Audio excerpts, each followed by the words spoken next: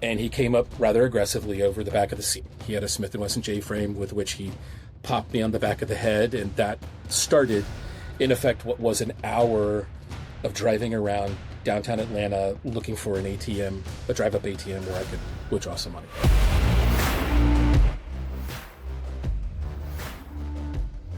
David, welcome to the show, brother. Good to be here. Hey, man, I've been looking forward to having you on the podcast ever since we talked a while back. I was interviewing you regarding a holster, actually Safariland in general, and the Incog X holster specifically. And you've been at some of our outdoor sportsman group roundtables. You are a wealth of knowledge on concealed carry, so I appreciate you being here, and that's kind of what I want to talk about today. Great to be here. What do you want to know? Everything. So no, let's start at first about your background, because you told me when I was interviewing you that you entered this world in kind of a, not the world, but this concealed carry world, if you will, in kind of a strange way. Like I got into it from being a cop.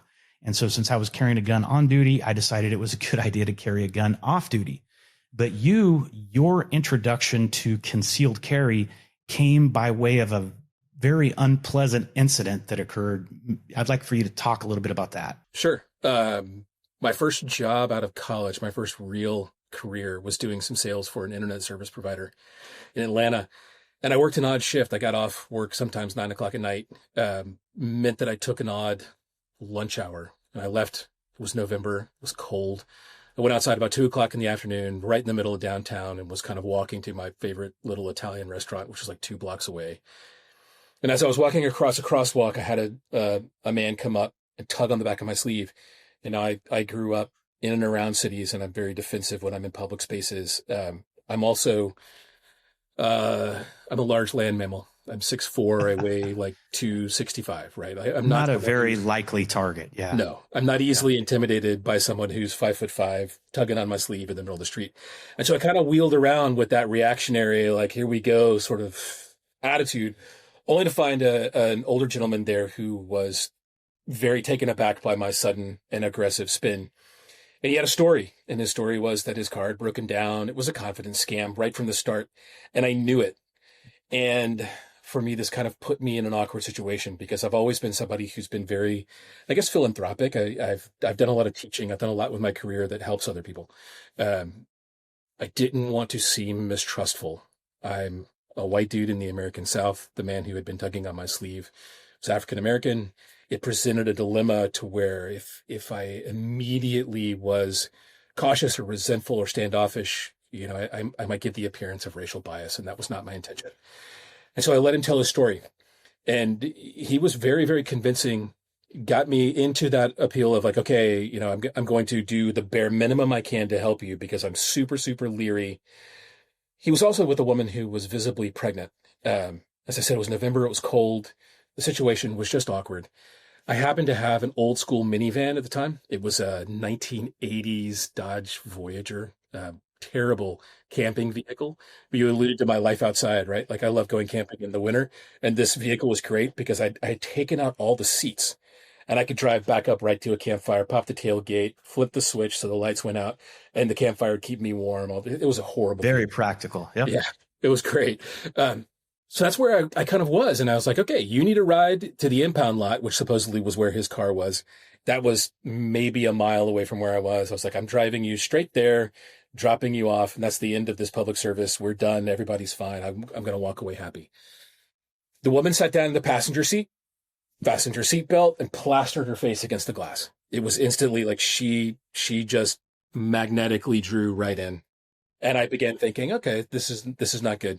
The man behind me was sitting where the seats should have been, and he came up rather aggressively over the back of the seat. He had a Smith & Wesson J-frame with which he popped me on the back of the head, and that started, in effect, what was an hour of driving around downtown Atlanta looking for an ATM, a drive-up ATM where I could withdraw some money. Did he hit you just to let you know that he had a pistol or a revolver? He wasn't trying to knock you out or anything? No, not at that point. No, it was just a hello. This has begun. What I got. Yeah. Sure. And wow. It alternated between him. He hit me several times over the head, but he would stick the barrel right up against my ribs. I was wearing a sports coat, business casual style. So, and he would thrum up and down on my ribs, kind of go like that to let me know that, Yeah, it's there. that it's there. And for him at that point, it would have been a contact shot. There was no avoiding it. I was facing backwards. But I knew these neighborhoods like the back of my hand. And so I was crafty. I wasn't going to give in, and I was going to wait him out. And I was looking for the opportunity to get out of the situation, to present itself magically to me, thinking the universe would provide. So I would drive and he would say, okay, turn here. And I would conveniently miss the turn, or he would say, we need to go this direction. And I would say, okay. And I would drive and I would miss it. And I got into these neighborhoods in Midtown Atlanta where there are miles of connected streets among the old craftsman houses, and there's no banks. Roughly 55 minutes into it, it was unavoidable. I was coming out at a location near where I lived, but I knew that there was always at this corner an off-duty sheriff's deputy that would stand guard in front of the ATM.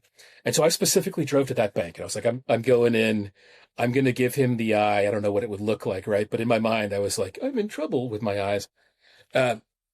Wheeled up to the bank. And as I drove around counterclockwise, he left his position and got into his cruiser and took his lunch break. And so I pulled up to the ATM at that point in time, withdrew $200. Like I said, first job out of college. I don't even know if I had $300 in my bank account at the time, but that was my daily withdrawal limit. So I took it out and I had a stack of bills in my hand, and I wheeled around as fast as I could to hand him the money at the same time that he came up sort of in between the seats to take the money. And I ended up punching him squarely in the face. And it was just a contact shot sort of behind like that. Like a backhand almost. Yeah. Back fist. And he didn't shoot me.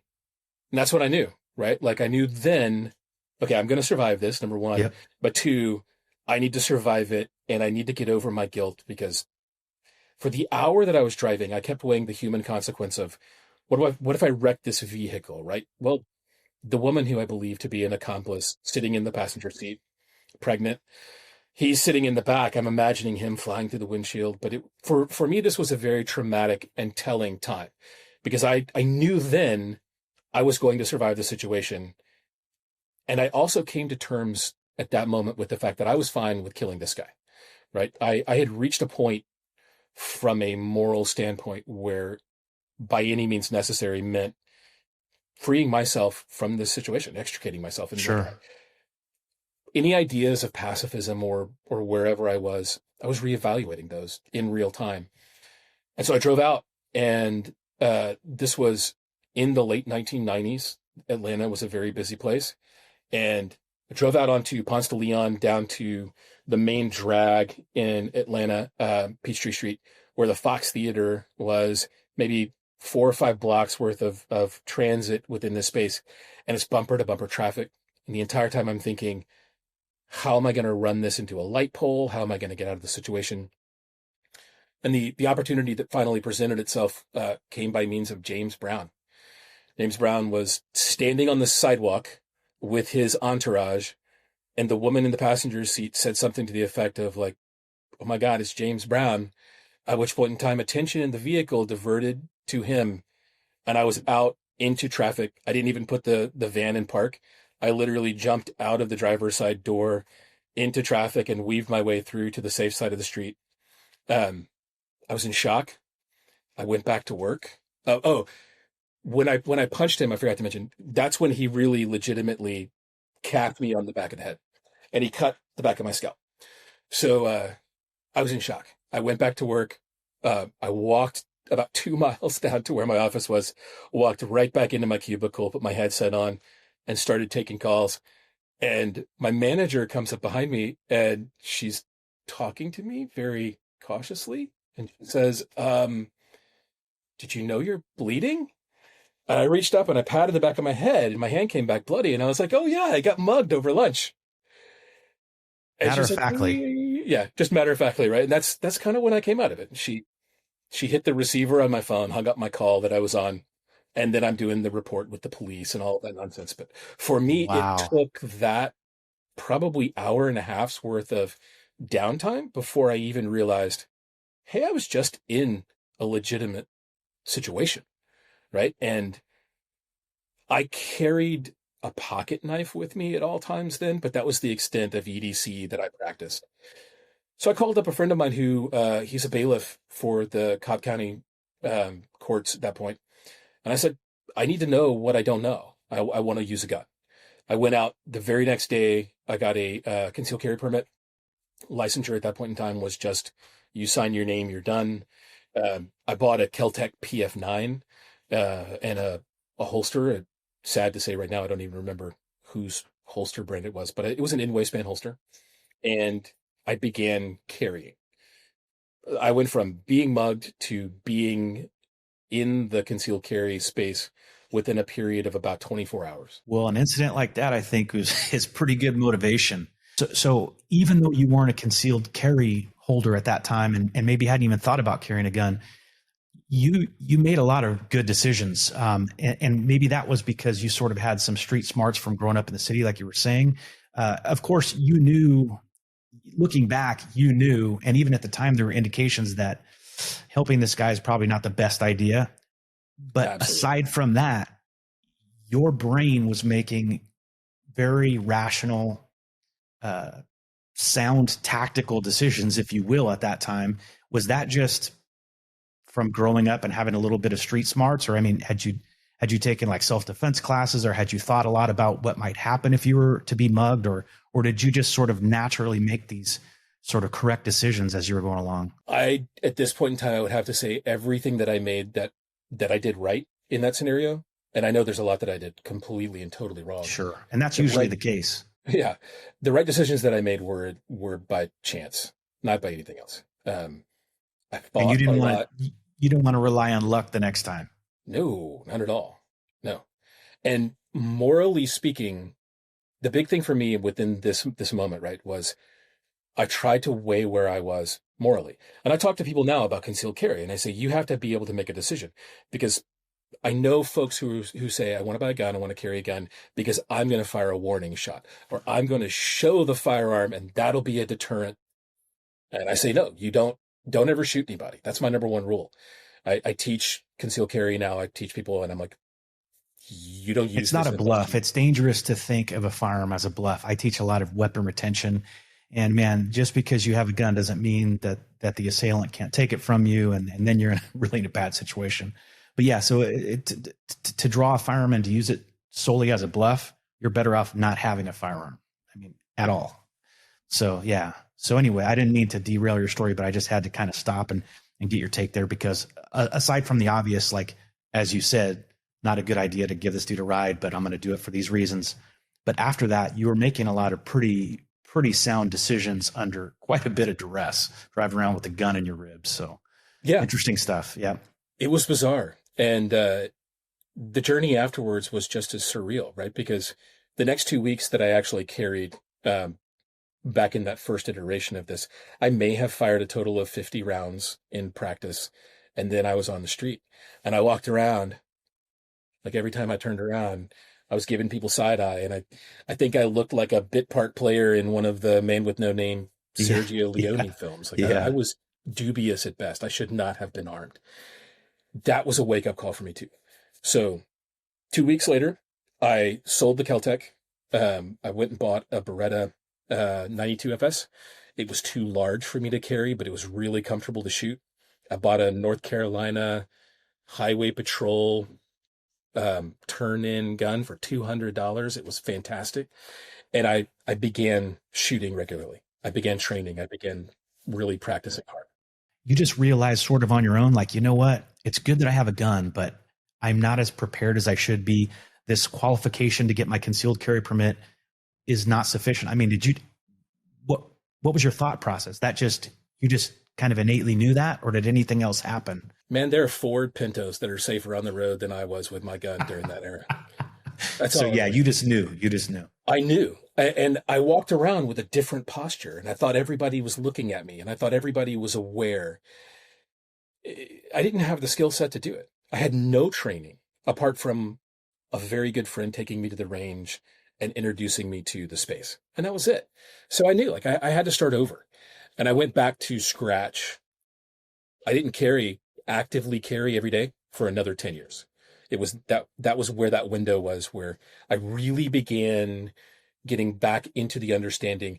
I started stripping 1911s. I started taking apart rifles. I started building ARs. I went back to the beginnings of the space, and I met people along the way who could show me not just the practical side of the concealed carry market, but everything there was to understand about how guns operate, why specific tactics work in specific situations, why different carry styles work. And I studied it enough that when I entered into the editorial space writing, I knew a little bit about what I was talking about, enough to be dangerous, right? And Yeah. at the time I was teaching still. I was teaching English and writing at the college level. And I had a really nice schedule of, I taught on Tuesdays and Thursdays, had the rest of the week for administrative stuff, but I spent a lot of time on the range, a lot of times like building that skill set and going to different classes and then writing about it. And that was the best way for me to really compulsively make sure that I had my details straight. And at that point, I began going back and carrying again. And I was a completely different person. That's crazy. It's crazy that you started out kind of like pretty far down the road of basic firearm skills, if you will, by starting right out with concealed carry. And then you're like, wait a minute, maybe I need to backtrack and figure out what makes a gun go bang and what makes one gun more, reliable than another, and this and that. That's very interesting. So just to characterize my naivete, right? And I want to make this relatable because I believe that this journey is far more common than people might think. And that's one of my professors had a 1911 when I was in grad school, and I was house sitting for him, and I found this 1911 sitting on a closet shelf, and I racked the slide. I cocked the hammer. I had no idea how to get that hammer to drop. That's more common than, but that's more common than people think. As a cop, I've had other cops call me to the scene to remedy that problem. Yeah. Yeah. And I'm sitting there now in his house thinking, what do I do now? Right. Like how I knew pulling the trigger was the wrong idea, but I didn't know what steps to take otherwise. And it was a really embarrassing moment for me to admit. Obviously we're talking that stage in the development where I don't even begin thinking, hit the internet and do some research. You'll find the answer immediately because it's just so basic.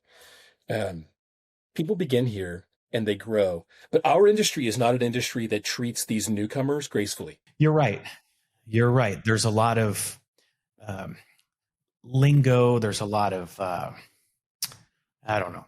There's a lot of stuff that it's just assumed that someone knows when very often people don't know that, especially when they're new. And we as an industry, I think, need to make it a little bit more welcoming, a little bit more friendly for people to kind of come over and realize the benefits and the fun and everything else that comes with carrying a firearm, with owning a firearm, I should say.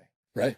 And that's why I kind of committed myself to that editorial side, because it was really easy for me to read those gaps in various different publications, audiences, and understand, how do I take somebody from that first time gun buyer space to being actually comfortable with carrying a firearm in real world scenarios? Or on the flip side, how do I talk to educators at the college level who now have permissions to carry in their classroom, but have no familiarity, no idea what to do. Yeah. Or even defusing situations without ever even getting to the firearm. Yeah. And so that's a whole other topic, which is very interesting, is, should teachers be armed? And I think if they're trained and they want to be armed, yes, but I don't think anybody's an advocate of making it mandatory that teachers are armed. That doesn't make any sense.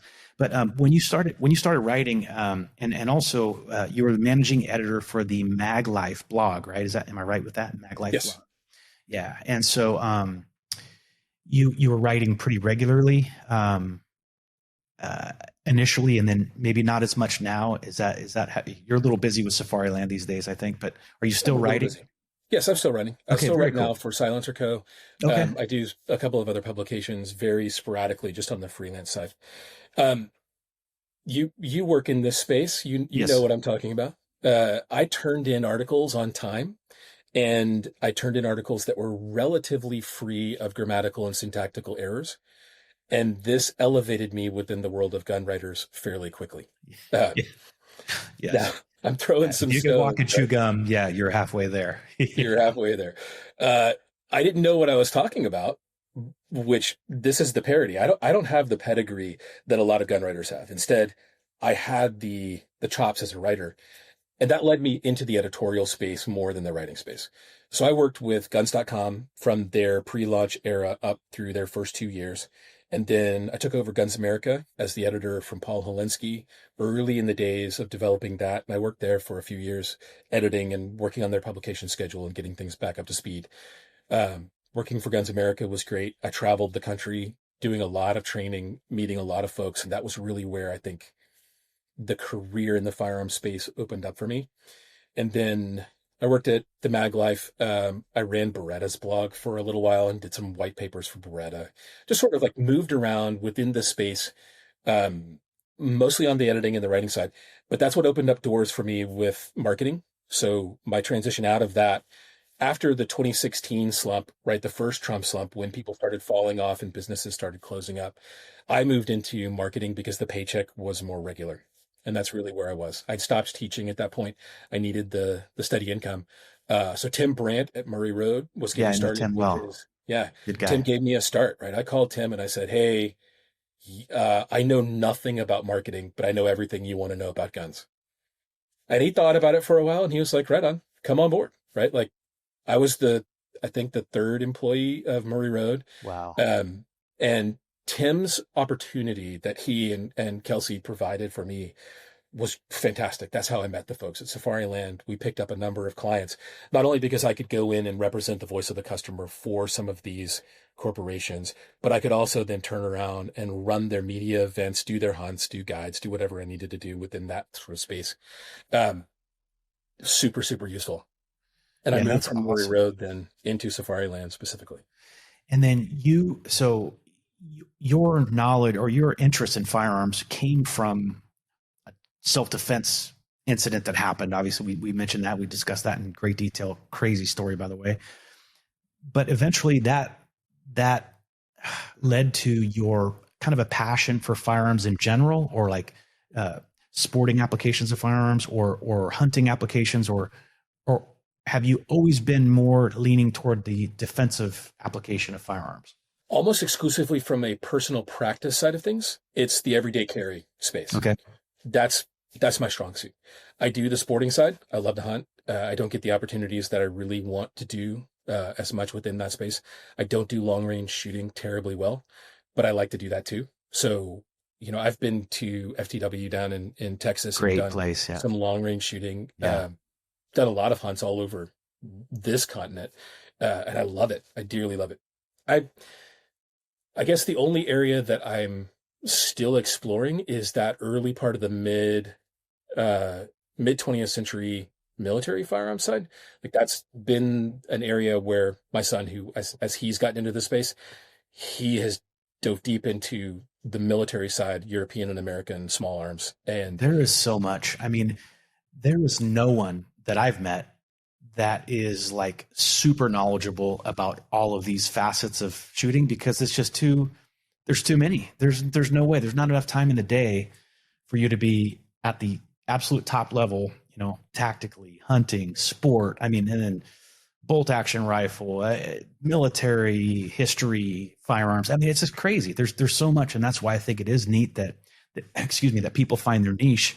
And like with me, you mentioned that you kind of came into the industry in a weird way. So did I. I mean, I came into it as a cop, and the first, outdoor sportsman group roundtable event I went to, David Fortier, who's a well-known writer, came up and he said, "So what do you think?" I said, "What I think is, there's Pat Sweeney, he writes for Guns and Ammo. Here's Rob Latham, who's one of the best shooters in the world. And I'm wondering what I'm doing here as a cop." And he's like, "Oh, so you're just a cop. So you just carry a gun every day for a living." He was super cool. And it kind of let me know right off that, yeah, I do kind of have a little niche. And obviously you do too with your crazy story. And it's just weird because it plays into all of your strengths as far as writing and all that other stuff. And that became your passion. And it's crazy how this horrific incident can have such a positive effect on your life and other people's lives through what you've been doing since then. I mean, it's pretty crazy if you think about it. Yeah, absolutely. I took from this when I realized that what I was missing was the educational component of it, I went back with a mission. And that's how I think I look at the writing component is I want to be as informationally sound, as educational as I can be. Yes, I've done marketing shill work for companies where I've written press releases that have words like product and features, prominently in the descriptions. Yes. That kind of makes me squirm a little bit. I would much rather educate than be an infomercial, but that's part of what we do within the industry, right? Is make those decisions. Professionally speaking, that's how we put food on the table sometimes within the marketing space. But I'm very passionate about that educational space and making sure that everybody has access to the best information, because what we're talking about, not just in the training side or in the executional side, but in the follow-up side after an armed incident, where you open up an entire new chapter of your life that there's not enough documentation on how to navigate. And I believe in providing people those options. I mean, seriously, in a very dramatic example, you just walk back into work and start working. I mean, it's crazy, but you don't have anyone tell you, hey, by the way, if you get mugged, you get robbed, you get carjacked, you get hit in the head with a revolver, here's what you need to do next. I mean, and right. Plus you're in shock. You've never probably thought that was going to happen to you. It's very crazy, but you're a living example that it can happen to me. And this didn't happen when you're out at 2 a.m. drunk at a bar. And some people think, well, I'm only going to carry because I'm going to the proverbial bad part of town. Well, guess what? It doesn't always happen there, and it doesn't always happen then. So it's, the more consistently you can carry, the safer you're going to be, assuming you're safe and have some idea of what you're doing. And, another thing too, and I want to get into the Safariland stuff, and I don't want to keep you all day, but I want to mention a little bit about, did you also study, as you were familiarizing yourself with firearms and tactics, I would assume that you also studied the law pertaining to your ability to defend yourself and defend yourself with a firearm and things like that. And maybe you could talk a little bit about the importance of that. And also, are you an advocate of having like concealed carry insurance, which is becoming more and more popular? Yeah. Okay. So there's a lot there. So my initial phase of learning was a human interactive phase. I found somebody for me he was actually one of my students. His name is Jacob Epstein. He is a brilliant tactician, grew up in a gun store. He was generationally removed from where I was, but he had the entire skill set that I wanted to model. And so when I began doing the gun writing seriously, Jacob would go to the range with me and help me shoot, help me work things out. And I learned more from him than I have anybody else, hands down, in the industry. At the same time, I was reading everything I could get my hands on. Older texts, I read all of the manual of the AR-15, the manual of 1911, all of those old school books from that generation of writers ahead of us, those guys who are aging out or sadly passing now, right? They were a vast wealth of knowledge, but they worked in a print format, not electronic. I've read all of their books. I also had a really great library because I was working for a university. So I did interlibrary loan, and I was looking at ballistics, terminal ballistics charts, post-surgeries, images. I wanted to know, people debated the whole, which one's better, the 9mm or the 45. How many times did I write that article in my early days? Yeah. I wanted to see it. And so I looked at dissections of humans who were post-tragedy. I looked at lethality. I looked at various different distances, ranges, round designs. I studied everything I possibly could. You were all in, man. I was. And that's been an innate thing for me. My curiosity is almost insatiable once I sort of attach my head onto something. That has continued. I still do that kind of study now. And it has gone into law. Part of what I do for Silencer Co. is I look at a lot of state level legislations with the NFA side of things. I write a lot of those pieces for them that require kind of a quasi paralegal approach to understanding state nuances. But I also go back and I look at state carry laws and the nuances there.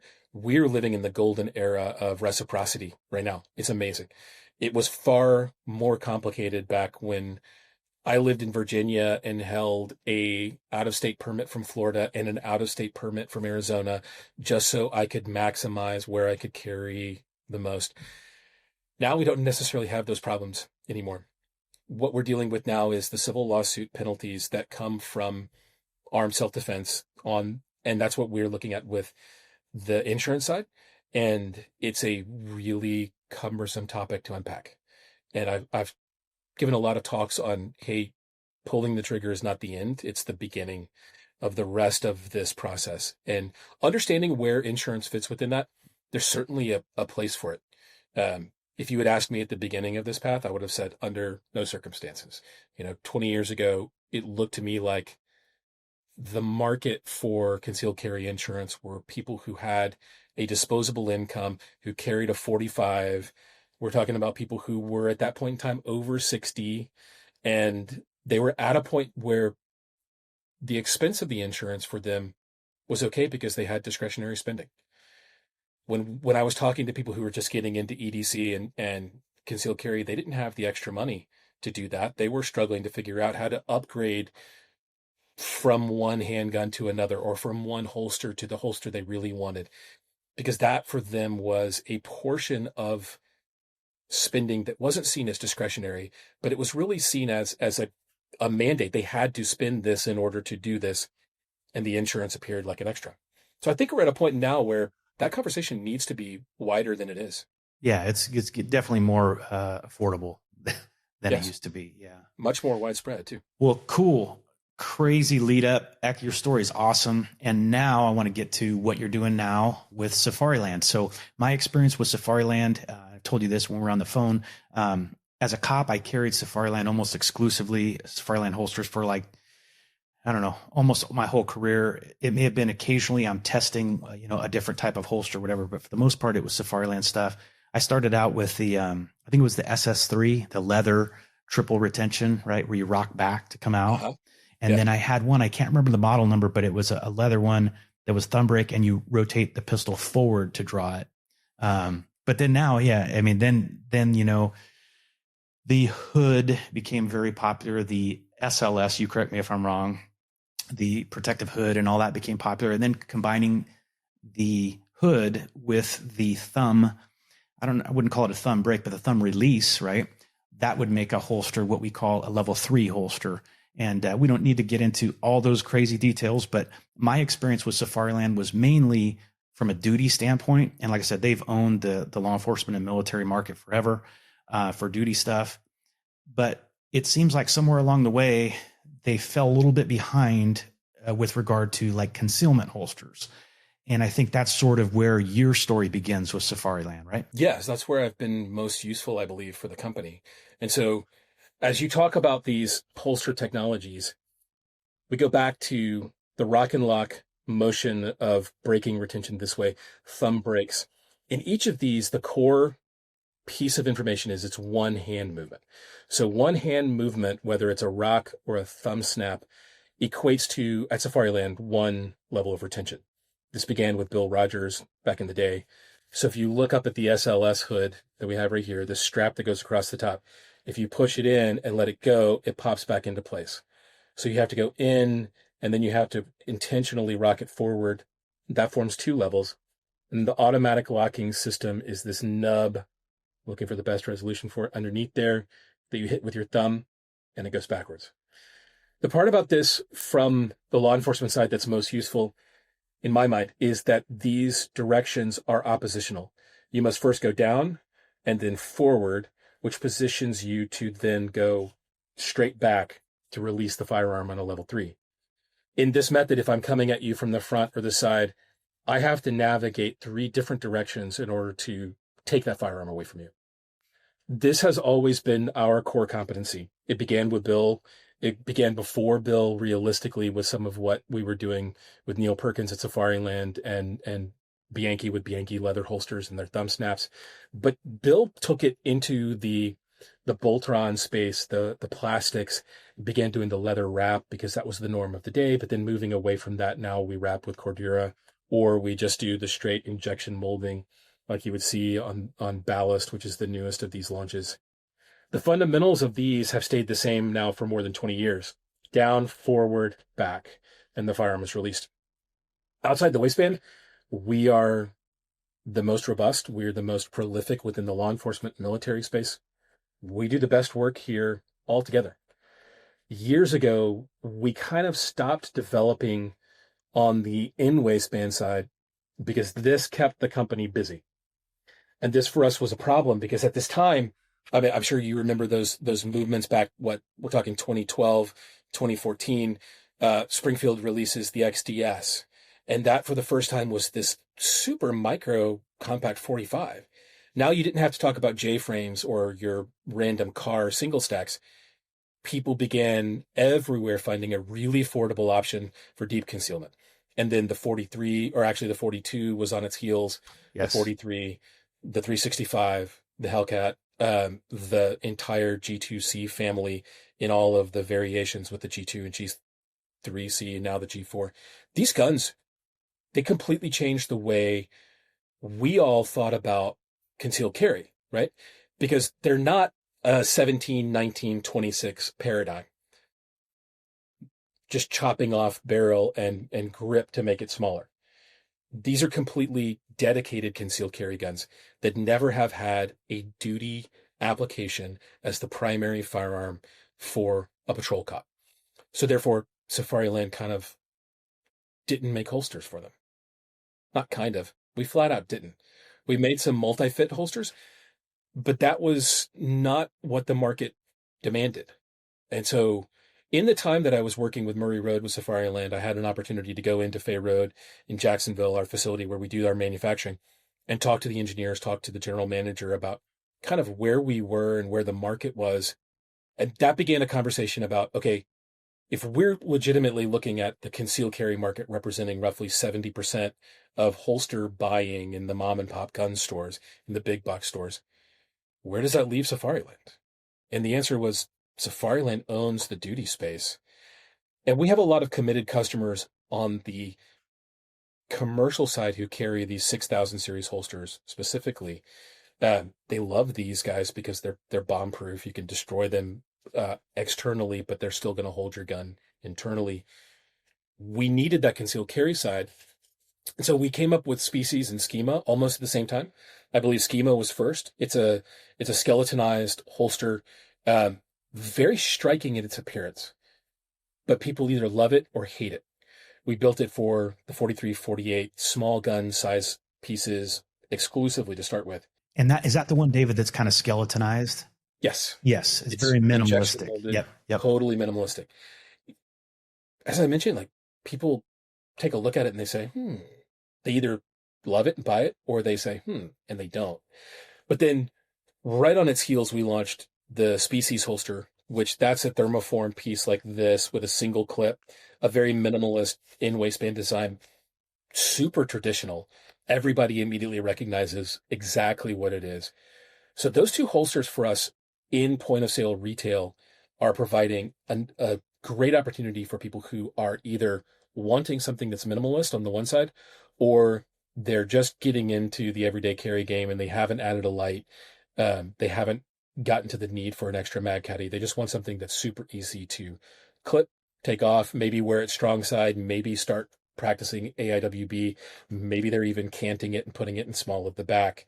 They're super flexible and we make them for a wide variety of fits and they're priced very competitively. So that opened up the doors for us and allowed us to go back into where we are on the Incog side with Haley Strategic. The conversation with Haley Strategic was beginning right around the same point in time.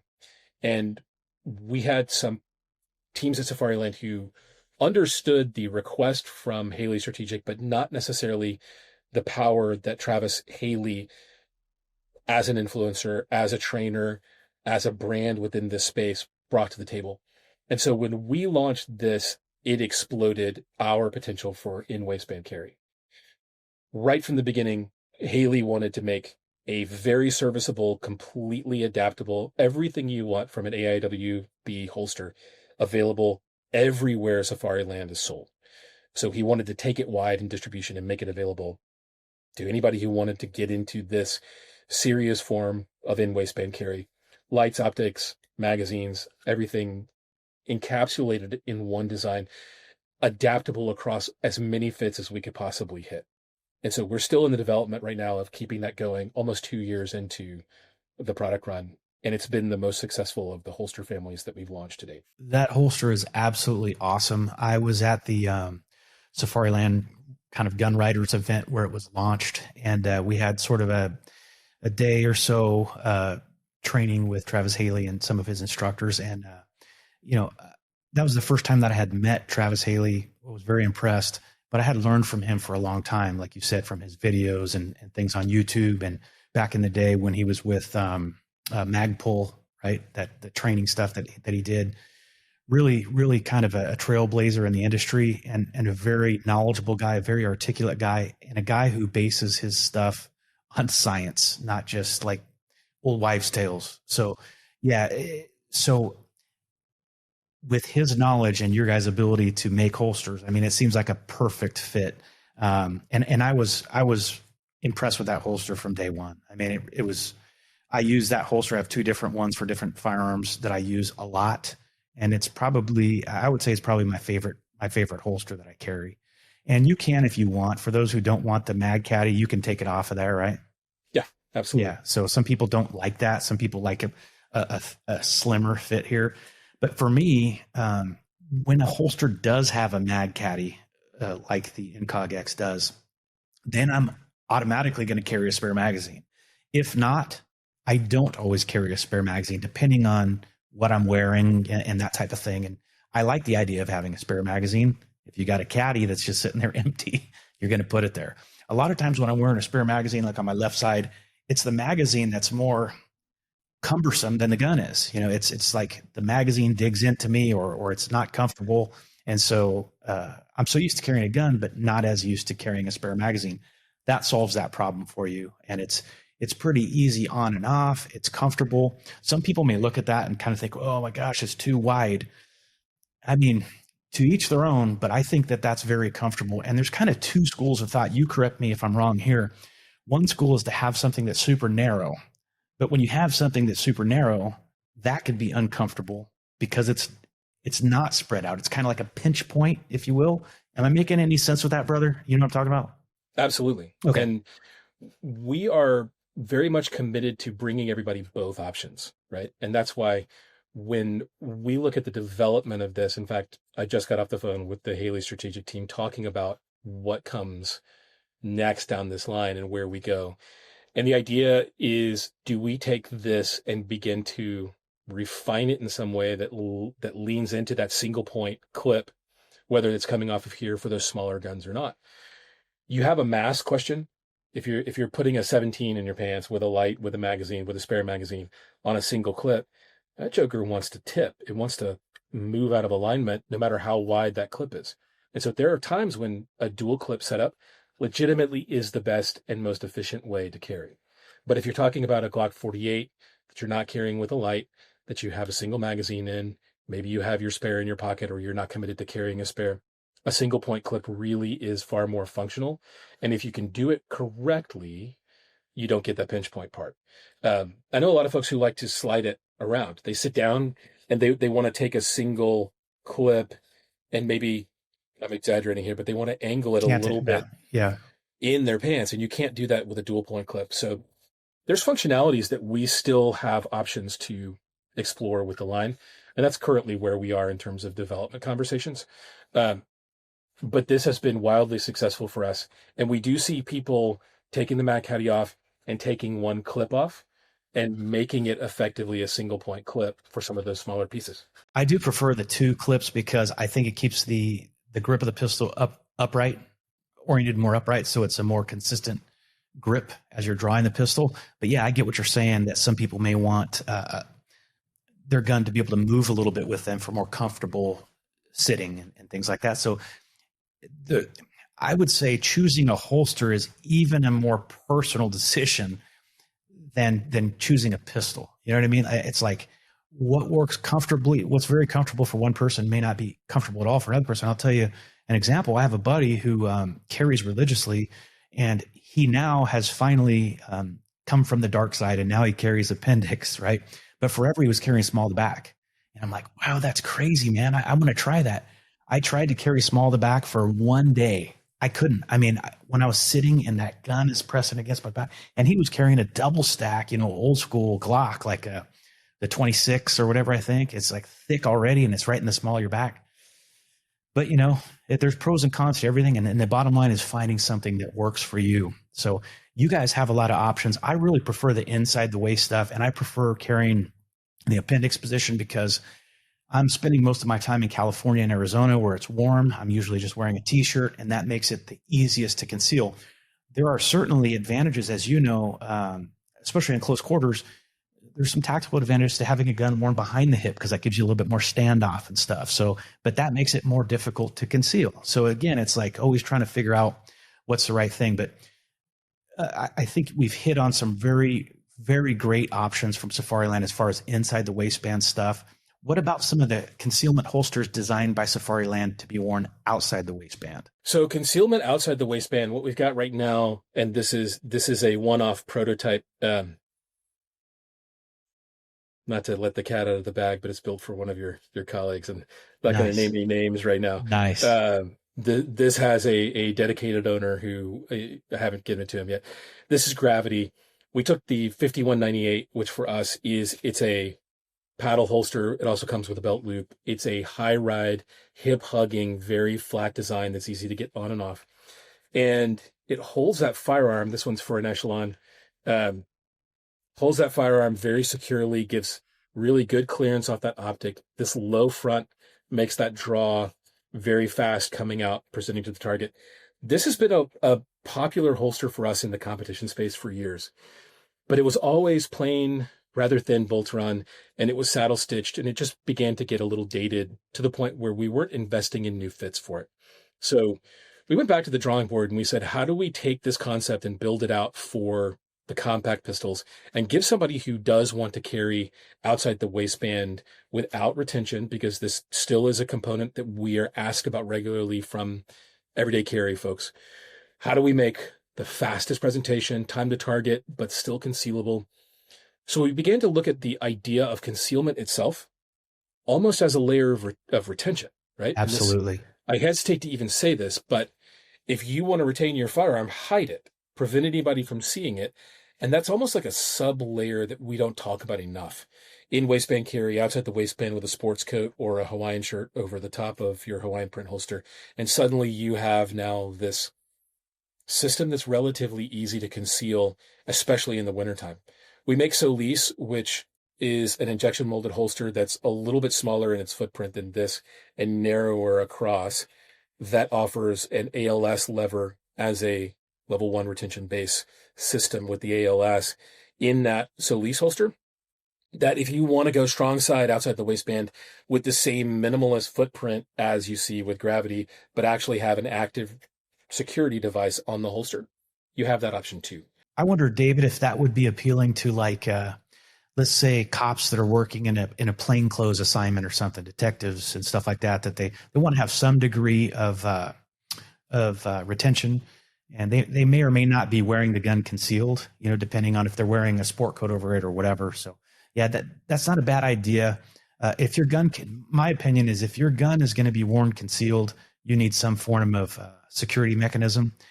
If you're going to wear your gun concealed, then the fact that it's concealed well is your primary security mechanism. And should you learn techniques if someone grabs your gun? Absolutely. I mean, I really focus a lot on that. I think it's very important and something that's not trained enough, but your primary security is that your gun remains concealed. I think you hit the nail on the head with that. So let me ask you this. Would you go so far as to carry in an IWB that has an ALS? Is that step necessary? When I'm carrying concealed, I prefer not to have any mechanism because you're already having to move your garment and all kinds of things versus if you're just wearing your gun openly like a police officer would. But I will say this, that is very intuitive. So I think there will be people that would prefer that. I don't know. What's your take on that? We hear both sides, mm-hmm. and it's odd because we have a certain side that says under no circumstances should you put an active retention, in the same way that they would never carry an EDC gun with an external safety. Yes. They don't want it. They want immediacy. But there are those that want an external safety. There's always. That's right. Yeah. There are. And so if you look at this from that, we euphemistically refer to them as the second responders, right? We have an entire tier of LE who might be standing up from a desk in order to go and respond to an incident as it's cooling down, cooling off. And they're oftentimes picking up a paddle holster and putting it on. And sometimes that's outside the waistband strong side.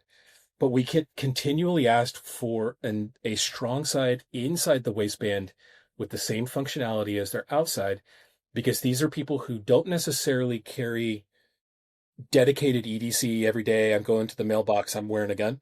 But when they go into danger, they put on a holster specifically for that point, and they've got the muscle memory trained that they want to hit the same ALS lever to draw from concealment that they have outside the waistband from the same position on their hips.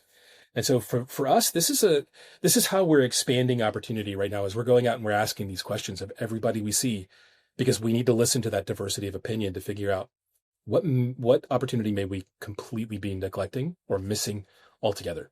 Yeah. And so it's a data gathering point for us right now about in-waistband ALS. Hey, I don't know if we've talked about the GLS, have we? We have not yet, no. So talk a little bit about that, because we have the ALS, which is the thumb release. You correct me if I'm wrong in terminology. The SLS, which is the hood, the rotating hood. That's correct. And then we have GLS, which is something sort of altogether different. It is. The GLS, in effect, is a lever that rides right at the back of the trigger guard, and it connects and holds onto the trigger guard itself. So this was a system before lights were prominent. This was an attempt at Safariland to make almost an automatic second thought. When you go in for that shooting grip, your middle finger indexes that lever and you're prepared for the draw instantly. It was effective, but not as rough and tumble for the duty use as what we wanted. If you take a GLS holster, the engagement hits the trigger guard and you can muscle it out in a way that you can't muscle out from an ALS. And you certainly can't muscle out from a strap that's closed across the top with the SLS. So we've never classified that as active retention in any way. We consider it a security mechanism.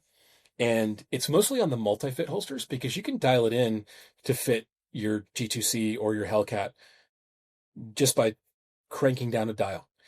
It works really, really well. You hit it with that index finger and your firearm is out instantaneously. But also what that means from a security perspective in duty use is if any assailant came up behind you and reached for the grip of your gun, without understanding the locking mechanism, they would have unlocked your holster. And that's where we separated it. And we said, GLS is commercial securement only. SLS, ALS, those remain our retention methodologies for the law enforcement. And that, brother, is just like, concealed carry is always the balance of concealability and shootability with the pistol you choose, the holster you carry, and everything else. And so, David, along those lines, with your retention mechanisms, you want them to be intuitive enough for the user to be able to draw the pistol without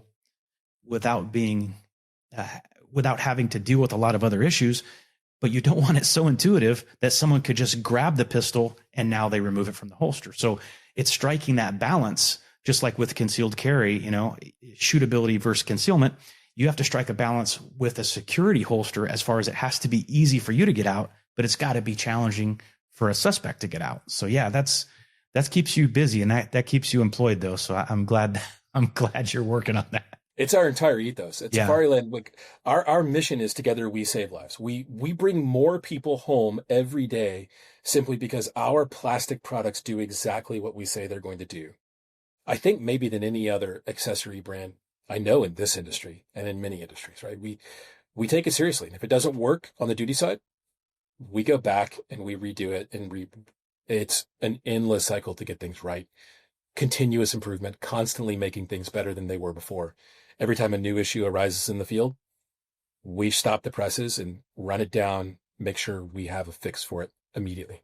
Yeah. And I mean, lives are on the line with the duty stuff. And so you guys have always excelled at that. But what's cool is you guys also realize lives are on the line for the private citizen carrying concealed as well. So it's not like they shouldn't be made to the same level as a duty holster. Of course, there's different standards. There's different applications, right? The duty holster is going to take a lot more abuse, worn openly and in and out of the car all the time and on the ground, wrestling people and all that. But you guys are focused on the concealed carry holster as well. It's not an afterthought. It's really very intuitively designed, well built. I can't say enough good things about it. Yeah, and that for me was a learning curve at Safariland, right? When we began on the Incog project, we worked very closely with Travis Haley and his team. But then on our side, Gary Krakowski, who was our lead engineer on this project and a fantastic thinker, began really digging deep into this process. And I'm sitting on the marketing side, right, thinking, what is taking so long? This is a very, everybody makes one of these holsters, right? Guys in their garage crank these out. And our design cycle took far longer than I expected. And what I learned in retrospect after a couple of years of really diving deep with Gary is that his compulsion for making this flawless in every respect and anticipating all of those problems has really elevated the platform when we compare ourselves to a lot of what's out there even within the same price point for holsters. Gary's design has killed it. It's really, really good. And he worked super closely back and forth with that team at HSP to make sure that what we were doing never deviated or strayed from the initial incept of the Incog holster.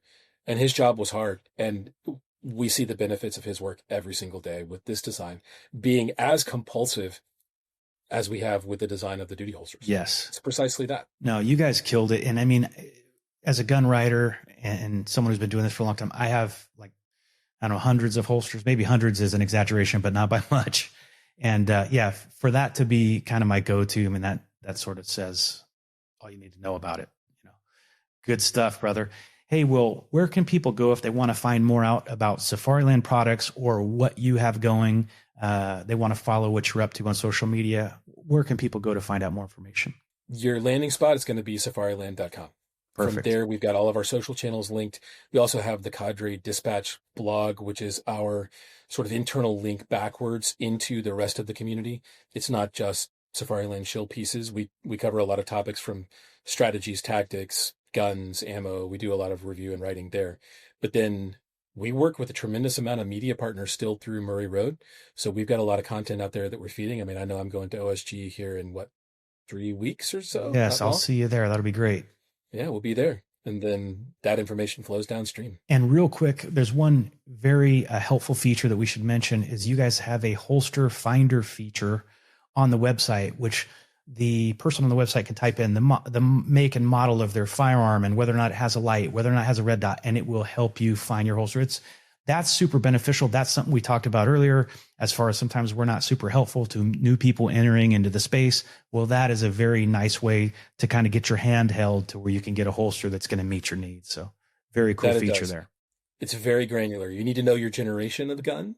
Yes. If you're dealing with some like Glocks, but most everything else is pretty transparent. And the holster finder has more than 1,000 different handguns in it right now. Wow. And that's not necessarily a good thing. That may be a bit too broad, but the models are there and it's an easy tool to use. David, thank you so much for joining us today, brother. Your story is incredible and I love the work you're doing. So thank you very much. I appreciate it. Thank you for the opportunity. There you go. That's a wrap for this episode with David Higginbotham. If this episode resonated with you, be sure and let us know in the comments. And don't forget to like and subscribe to Aimpoint's Taking Aim podcast. We'll see you next time.